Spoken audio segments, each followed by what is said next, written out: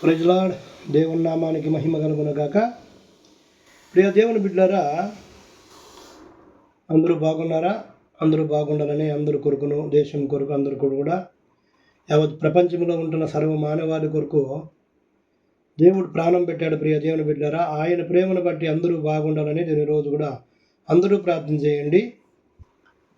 మనము క్రైస్తవులుగా మన ప్రేమ ప్రపంచంలో ఉంటున్న ప్రతి ఒక్క మనిషి కూడా బాగుండాలనేది దేవుని ఉద్దేశము. కానీ మనమే ఒకరికొకరికి భేదాభిప్రాయాలు, ఒకరిపై ఒకరి కోపాలు, దేశాలు, అసూయ ఇవన్నిటి చేత మనము ఒకరికొకరు దూరం ఉంటున్నాము. కానీ తండ్రి అయితే మనములందరినీ కన్నా ఆ తండ్రి ఎంతో మనల్ని ప్రేమిస్తున్నాడు. ఈరోజు ఒక అన్న తమ్ముళ్ళు ఒక కుటుంబాల్లో చూసినప్పుడు, ఒక కుటుంబంలో అన్న తమ్ముళ్ళు ప్రియ దేవుని బిడ్డలారా, ఒకరికొకరికి అసూయ, దేశాలు, ఒకరి పట్ల ఒకరికి సమాధానం ఉండదు, కోపము, దేశం. ఎందుకు ఇలా జరుగుతుందంటే ఒకరు చేసేది ఇంకొకరికి నచ్చదు. ఈ వీడియో లాస్ట్ వరకు చూడండి ప్రియ దేవుని బిడ్డలారా. ఎందుకంటే ఇక్కడ నేను ఏ ఉద్దేశం కలిగి మాట్లాడుతున్నానంటే, ఇక్కడ ఆదామవ్వుల సంతానము ఏదోని తోటల నుండి బయటకు వచ్చినచ్చి ఆదికాండం 4వ అధ్యాయం 1వ వచనం ఇంకా ప్రారంభమవుతుంది. వాళ్ళ పుట్టుక మొదటి సంతానం కయ్యోను, ఏబేలు. వీరిద్దరు స్టోరీ కొంచెము మీకు బైబిల్ గ్రంథంలో దేవుడు రాయించిన మాటలు మీకు స్పష్టంగా తెలియపరచాలని ఆశపడుతున్నాను. వింటున్న మీరు గమనించండి, మన చుట్టూ ఉన్న పరిస్థితులను కూడా చూసి యోచించండి. ఎందుకంటే ఈ లోకంలో అన్నదమ్ముల మధ్య, అక్క చెల్లెళ్ళ మధ్య, తల్లిదండ్రులకు బిడ్డలు లోపడక అనేక విచారాల్లో చాలా పరిస్థితులు గుండా పోతున్నారు. భేదాభిప్రాయాల ద్వారా, విభేదాల ద్వారా ఒకరిపైన ఒకరికి అసూయ.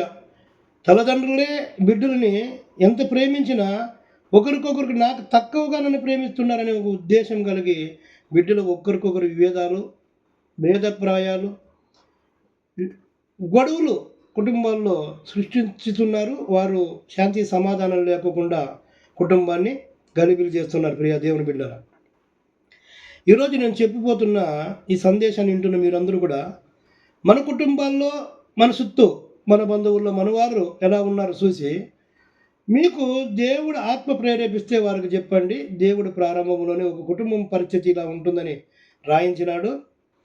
మనము సమాధానంగా ఒకరికొకరు ఐక్యతగా దేవుని కొరకు బ్రతకాలని దేవుడు కోరుకుంటున్నాడు. ఆయన బిడ్డలు మనము. ఆయన సమాధానానికి కర్త. మనము కూడా సమాధానముగా ఉండాలి అనేది తెలియపరచమని ప్రభు పేరిట మిమ్మల్ని అందరినీ వేడుకుంటున్నాను. ఆదికాండం 4వ అధ్యాయం 1వ వచనం ఇంకా మనం 3 వరకు చూస్తే ప్రియ దేవుని బిడ్డలారా, ఆదాము అవ్వను కూడినప్పుడు అవ్వమ్మ ఒక సంతానాన్ని, కయ్యోన్ని కంది. యెహోవా దయ వలన నేను ఒక మనిషిని సంపాదించుకుంటుని అంది. యెహోవా దయ వలన నేను ఒక మనిషిని సంపాదించుకుంటుని అని ఆమె అంది. అక్కడ ప్రియ దేవుని బిడ్డలారా, మళ్ళీ ఏబేలు కూడా సంతానంగా వస్తాడు. 2 కుమారులు. ఆ 2 కుమారులు కూడా ప్రియ దేవుని బిడ్డలారా దేవునికి ఇష్టలే. ఎందుకంటే కన్న తల్లిదండ్రులకి బిడ్డలంటే ఇష్టమే, సృష్టించిన ఆ దేవునికి కూడాను బిడ్డలంటే ఇష్టమే. కానీ వీరిద్దరి మధ్య ఇక్కడ 3వ అధ్యాయము 4వ అధ్యాయము 3వ వచనంలో 3వ వచనం చూడండి. అక్కడ ఫస్ట్ కయ్యోనే అర్పణ దేవునికి తీసుకొని పోతాడు. తన పొలంలో పండిన పంట ప్రతిమ ఫలంగా తీసుకొని పోతాడు. 3లో 4లో ఏబేలు తీసుకొని పోతాడు. అంటే ఫస్ట్ కయ్యోనే తీసుకొని పోతాడు దేవుని దగ్గరికి. దేవుడు ఫస్ట్ 3వ అధ్యాయంలో కయ్యోను తీసుకొని పోయినప్పుడు, కయ్యోను ఫస్ట్ తీసుకొని పోయినాడు కదా, అక్కడ వద్దని లేదు, దేవుడు అంగీకరించలేదు. కానీ 4లో ఏబేలు కూడా తన గొర్రెల మందలో ఇంకా ప్రథము శ్రేష్టమైన దాన్ని తీసుకొని పోయినాడు. ఏబేలును తన అర్పణను 2 కూడా స్వీకరించాడు దేవుడు. 5వ అధ్యాయములో కయ్యోను అర్పణను దేవుడు అంగీకరించలేదు. 5లో. అప్పుడు కయ్యోనికి అసూయ, దేశము, దేవుని బిడ్డలుగా పుట్టిన వీళ్ళు, ఒక తల్లి సంతానముగా ఉంటున్న వాళ్ళు భక్తిలో దేవుడు తమ్ముని అర్పణ తీసుకున్నాడని, నా అర్పణ తీసుకోలేదని తమ్ముని పైన అసూయ, కోపము రేగింది. పొగబట్టాడు తమ్ముని పైన, కోపము, ద్వేషము. అరే, నా తమ్ముని అర్పణ దేవుడు తీసుకున్నాడు, నా అర్పణ ఎందుకు తీసుకోలేదు? అర్పణ తీసుకోలేదంటే ఇక్కడ నేను ఒక మర్మాన్ని ప్రియ దేవుని బిడ్డారా మీ ముందర పెడుతున్నాను. అర్పణ తీసుకోకున్నప్పుడు కయ్యోను నా భక్తిలో ఏమన్నా లోపం ఉందా అని ఆలోచన చేయాలి కదా. అందరూ కూడా బాగా అర్థం చేసుకోండి. కయ్యోను అర్పణ అంగీకరింపబడినప్పుడు దేవుని తవా నా భక్తిలో ఏమైనా లోపం ఉందా అని చూసుకోవాలి. ఏబేలు ఒక అర్పణ శ్రేష్టమైగా ఉన్నప్పుడు ఏబేలు కూడా శ్రేష్ఠుడే. ఏబేలు శ్రేష్టంగా ఉన్నాడు కాబట్టి ఆయన దేవుని యందు భయభక్తులు కలిగి దేవుని కొరకు కరెక్ట్గా నడుచుకుంటున్నాడు కాబట్టి ఫస్ట్ ఏబేలు అర్పణను కూడా దేవుడు స్వీకరించాడు. ఇక్కడ కయ్యోను కోపంతో రగలిపోతున్నాడు, దేశంతో. అక్కడ దేవుడు వచ్చి అడుగుతున్నాడు, కయ్యోను ఎందుకు కోపంగా ఉన్నావు? ఎందుకు ఇలా మండు పడుపుతున్నావు? తమ్ముని మీద దేశం పెంచుకుంటున్నావు? వద్దయ్యా, వద్దు. నువ్వు కోపం పడి ఇలా ఉద్దేశంగా ఉంటే నువ్వు 7వ వాక్యంలో అంటున్నాడు, నువ్వు ఇలా కోపంగా ఉండి ఇంత పక్క పెంచుకుంటే ఆ కోపము మామూలుగా ఉండదు. నీ కోపము నువ్వు ఇంటిలో ఉన్నప్పుడు, ఇంటి బయటకు వచ్చినప్పుడు పాపం పంచి ఉంటుంది. నువ్వు తీసుకునే ఈ నిర్ధారం ద్వారా, నీ కోపం ద్వారా నీ ఇంటి వాకిట పాపము పంచి ఉంటుంది. అది నిన్ను పట్టుకుంటుంది, అది నిన్ను వచ్చిపరుచుకుంటుంది అని చెప్తాడు దేవుడు. అప్పుడు 7లో దేవుడు బుద్ధి చెప్పినా కూడా ఏబేలు ఎక్కడున్నాడో గొర్రెలు కాస్తున్నాడు. కయ్యోని ఎదుక్కొని పోయి మరి 8వ అధ్యాయంలో రాయి ఎత్తుకొని తలపైన కొట్టి ఏబేలును చంపేస్తాడు. కయ్యోను ఫస్ట్ మానవ సృష్టిలో మొదటి మానవుడు సంతానమైన ఏబేలు కయ్యోను ఒక అన్నదమ్ముల మధ్య భక్తి విషయంలో ప్రియ దేవుని బిడ్డలారా, ఈనాడు కూడా భక్తి పరులను చూసి అనేక మంది భక్తి లేనివారు, భక్తిహీనులు, సంఘాల్లో సవాసములో కరెక్ట్గా లేకోకుండా క్రైస్తవులుగా చెప్పుకుంటున్నవారు అనేక మంది భక్తి పరుల మీద అసూయపడుతున్నారు. వారు భక్తిని తప్పుపడుతున్నారు, వారు చేసే సేవలని తప్పుపడుతున్నారు. వారికి శాంతి సమాధానం లేకుండా వీరు ఏదో ఒక విధంగా వారిని గలిబిలి చేస్తున్నారు, నెమ్మదిగా సేవ చేసేకి లేకోకుండా. ప్రియ దేవుని బిడ్డలారా, దేవుడు కయ్యోను ఏబేలుని చంపినప్పుడు దేవుడు వచ్చి కయ్యోను ఎక్కడ ఏబేలు అని అడిగితే 9లో నేను నా తమ్మునికి ఏమన్నా కావిలి వాడినా అంటున్నాడు. ప్రియ దేవుని బిడ్డలారా, నేను నా తమ్మునికి ఏమన్నా కావిలి వాడినా? నేను చంపాను అని ఒప్పుకోలేదు. దేవునికి అంతా తెలుసు కదా, నేను చంపానని ఒప్పుకుందాం అనుకోదా. నా తమ్మునికి నేనేమన్నా కావిలి వాడినా అంటున్నాడు. చూసావా ప్రియ దేవుని బిడ్డలారా, మొదటి మానవుడైన ఆదాము అవ్వులు వారు కూడా దేవుని ముందర కరెక్ట్గా ఒప్పుకోలేదు. తిన్నాం పండును ప్రభు అంటారన్న ఆదాము కానీ అవ్వు కానీ. ఇక్కడ వారి సంతానముగా ఉన్న కయ్యోను కూడా తమ్మును చంపి నేను నా తమ్మునికి కావలి వాడిని అంటున్నాడు. ప్రియ దేవుని బిడ్డలారా, దేవుడు 11వ వచనము 10-11 చూసినప్పుడు, కయ్యోను నీ తమ్ముడి రక్తం ఈ భూమిలో వలికి నాకు మొరపెడుతోంది, ఆ మొర నాకు వినపడుతుంది. నువ్వెందుకు చంపావు నీ తమ్ముడిని? ఆ రక్త దోషం నీకు పోదు. ఏ కుటుంబాన్నైతే నిందులకి అవమానాలకు గురి చేసి మనం సంతోషపడతా, కుటుంబం బాధలు పడుతుంటే సంతోషపడుతుంటే ఆ దోషం పోదు. దేవుడు ఒకరోజు తీర్పులో తీసుకొస్తాడు. ప్రియ దేవుని బిడ్డలారా, తమ్ముని చంపావు, ఒప్పుకోలేదు. ఆ దేవుడే అంటున్నాడు, కయ్యోను నీ తమ్ముడి రక్తం ఏ భూమిలో ఒలికిందో ఆ భూమిలో నుండి నాకు మొరపెడుతుంది.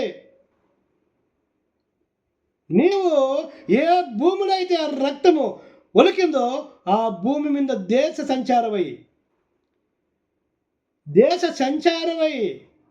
అంటే ఎలాంటి తీర్పు దేవుడు చంపలేదు అక్కడ వాడిని. కయ్యోని చంపలేదు, దేవుడు చంపాల్సింది చంపలేదు. కరుణతో దేవుని కటాక్షము మనుషులపై ఉంది కాబట్టి ఎన్ని తప్పులు మనం చేస్తున్నాం, మనం చంపుతండేది అవకాశం ఇస్తూనే ఉన్నాడు దేవుడు. కయ్యోను, ఏ భూమిపై నీ తమ్ముడి రక్తం ఒలికిందో ఆ భూమిపై నువ్వు ఉండుకోకుండా దేశదింబరవై తిరుగుదువుగాక, పోతంటావు, నువ్వు ఒక్క చోటు ఉండవు అంటాడు దేవుడు. అక్కడ ప్రియ దేవుని బిడ్డలారా, అయ్యా నేను దేశదింబరైపోతే నా శాపము, నేను చేసిన ఈ పాపానికి ఎవరైనా నన్ను కనుగొని నన్ను ఎవరైనా చంపేస్తారేమో. దేవుని ప్రేమ, ప్రియ దేవుని బిడ్డలారా, కయ్యోను నిన్ను చంపిన దేవుడు ఈరోజు కాకుండా రేపు మరలా నన్ను ఎదుక్కొని వచ్చి నా దాకా వచ్చి వర్షిప్ చేసి దేవునితో ప్రార్థించి, ప్రభువా నాకు తప్పైంది తండ్రి అంటే నువ్వు ఒప్పుకుంటాడని అవకాశం ఇచ్చి నిన్ను చూసినవాడు, ఎక్కడ పైన నిన్ను చూసినవాడు, నిన్ను చంపకుండా నీ మెల్లో ఒక బోర్డు వేస్తున్నాను.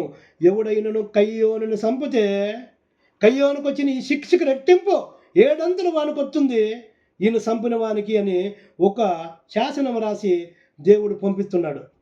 ప్రియ దేవుని బిడ్డలారా, దేవుని ప్రేమ, ఎంత జాలి, ఎంత కనికరము. కయ్యోనుని చంపువారు ఎవరైనా చంపితే ఆయన పైన 7 అంతుల శిక్ష ఉంటుందని దేవుడు ప్రకటించి మరి పంపిస్తున్నాడు. దేవుడు మారుతాడని ఆశించాడు. ప్రియ దేవుని బిడ్డలారా, ఈ ఆదికాండము 4వ అధ్యాయము 15 వచనాల వరకు వీరన్నదమ్ముల స్టోరీలో దేవుడు మాట్లాడిన విధానం ఇది. 15వ వచనములో ఆయన పోతాడు, 16 ఇంకా ఆయన సంతానం ప్రారంభం ఉంటుంది.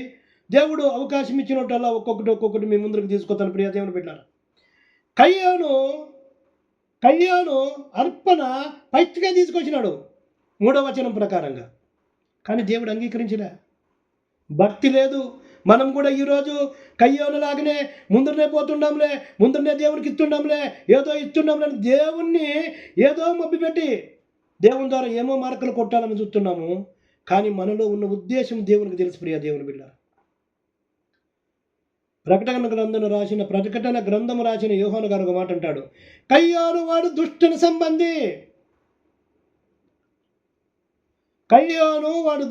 సంబంధి కనుకనే వాని తమ్ముని చంపాడు. మన క్రియలు మంచివి కాదు. కయ్యోను అట్టివారై మీరుండకండి, కయ్యోనులాగా మీరుండకండి. వాడు ఏ బేలను చంపాడు, తన తమ్ముని చంపాడు, వాడు దుష్టుని సంబంధి అంటున్నాడు. దేవుడు ఎలా రాయిస్తున్నాడు, వాడు కయ్యోను ఊరికే చంపలే. ప్రియ దేవుని బిడ్డరా, దుష్టుడు, దుర్మార్గుడు, సాతానుడు ఎలాగైతే అవ్వుని ఆదామును మోసపరిచాడో అలాగనే వాను వశము చేసుకొని కయ్యోన్ని ఏబేలుని చంపించాడు. ఎందుకంటే ఆ స్త్రీ సంతానముగా వచ్చేవాడిని సాతాను చంపుతాడని భయముతో ఆ స్త్రీ సంతానం గుండా వచ్చే ప్రతి ఒక్కరిని చంపుకొని పోతే నాకు అడ్డుండదని ఫస్ట్ తప్పక ఆదాములకి పుట్టిన సంతానములోనే 2 అన్నదమ్ముల మధ్య వివాదాలు తెచ్చి భక్తిహీనుడు వాడుకొని భక్తిపరుని చంపించింది. ఈరోజు భక్తిపరుల మీద, దేవుని బిడ్డల మీద అనేక మంది అనేక ఉద్దేశాలు పెట్టుకొని మంచివారిపైన, వారి కుటుంబాలపైన పగబట్టి మరి వారి సేవలు కూడా నిలిచిపోయేటట్టు చేస్తున్నారు. వారి ఆత్మీయ జీవితాన్ని కూడా నాశనం చేస్తున్నారు. ఉత్తి పుకారులు, నేను నిందులేసి వీళ్ళు భక్తి చేయలేక, సేవ చేయలేక, సేవలో నిలుచుకోలేక, సంఘాలు ఇచ్చినా కూడా అక్కడ ఆజీకం లేదని, అక్కడ తినడానికి కూడా జరగలేదని దేవుని ఆత్మ ద్వారా నడిపింపబడేవారైతే కదా దేవుని ఆత్మ లేని వారు చేసే పనులు. అనేక సంఘాలు అభివృద్ధి అవుతున్నప్పుడు, అనేకలు సేవల్లో బాగుంటున్నప్పుడు వారిపైన అసూయ, వీళ్ళు చేయలేక, భక్తి చేయలేక, అక్కడ ఏబేలు భక్తిని దేవుడు అంగీకరించాడు, మెచ్చుకున్నాడు. కయ్యోను కూడా దేవుణ్ణి మెప్పించేలాగా భక్తి చేయాల్సినది, అన్నదమ్ములు కలిసి వర్షిప్ చేయాల్సినది. తమ్ముడు, నీ ఒక్క భక్తికి మర్మానికి, నీ భక్తికి కారణమేమి? నేను కూడా అటువంటి భక్తి చేస్తాను తమ్ముడు. మన ఇద్దరు కూడా యెహోవాకి అంగీకారంగా ఉండాలి. మన ఇద్దరు కూడాను దేవుని బిడ్డలమే. మనము తల్లిదండ్రులు కూడా ఆయన బిడ్డలే. మనము ఆయన సంతానము. ఆయన్ని మెప్పించాలంటే నేనేం చేయాలి తమ్ముడు అని అడగకుండా భక్తిపరుడైన ఏబేలుని అసూయతో భక్తి చేయలేక, దేవుని మెప్పించలేక మంచోని చంపే ఒక ప్రయత్నం ఎంతవరకు న్యాయమైనది? ఈరోజు కూడా సమాజంలో అదే జరుగుతున్నది. ప్రియ దేవుని బిడ్డారా, మరణము ఎలా వస్తుందో మనిషికి తెలియదు. ప్రియ దేవుని బిడ్డారా, మొదటి మరణము, మొదటి మడ్రు, మొదటి ఎవరైనా కూడా ప్రియ దేవుని బిడ్డారా ఆయుధము లేకోకుండా ఆ రోజుల్లోనే ఫస్ట్ మానవుని రాయి తీసుకొని తలపైన కొట్టి మరి చంపాడు. అంత అసూయ, అంత కోపం ఎక్కడి నుండి వచ్చింది? వాడు దుష్టుని సంబంధి. ఎవరైతే సాతాను అండవరలో ఉంటారో, సాతాను ఒక కార్యాలయం చేస్తుంటారో, ఆ లోక సంబంధమైన ఆచారాల్లో ఉంటారో, ఇక్కడ గుడికి దిగుతుంటారు, మందిరానికి పోతుంటారు, శాస్త్రాలు అడిగేదానికి వస్తుంటారు, మందిరానికి పోతుంటారు, వాళ్ళ గోత్రాలు అడగడానికి వస్తుంటారు, మందిరానికి పోతుంటారు, బిడ్డలకి అంతరాలు వేయించడానికి వస్తుంటారు, మందిరానికి వారు కాకుండా వారికి చెడుపు చేయడానికి మంత్రవాదులు తగ్గిపోతుంటారు. జరుగుతుండేది ఇవన్నీ. హెచ్చరికగా ఉండండి ప్రియ క్రైస్తవ అన్నదమ్ములారా, అక్క చెల్లెళ్ళారా, సమాజంలో ఇది జరుగుతుంది. దేవుడు ఆనాడే రాయించినాడు. అసూయ మంచోన్ని కూడా చంపెత్తుంది.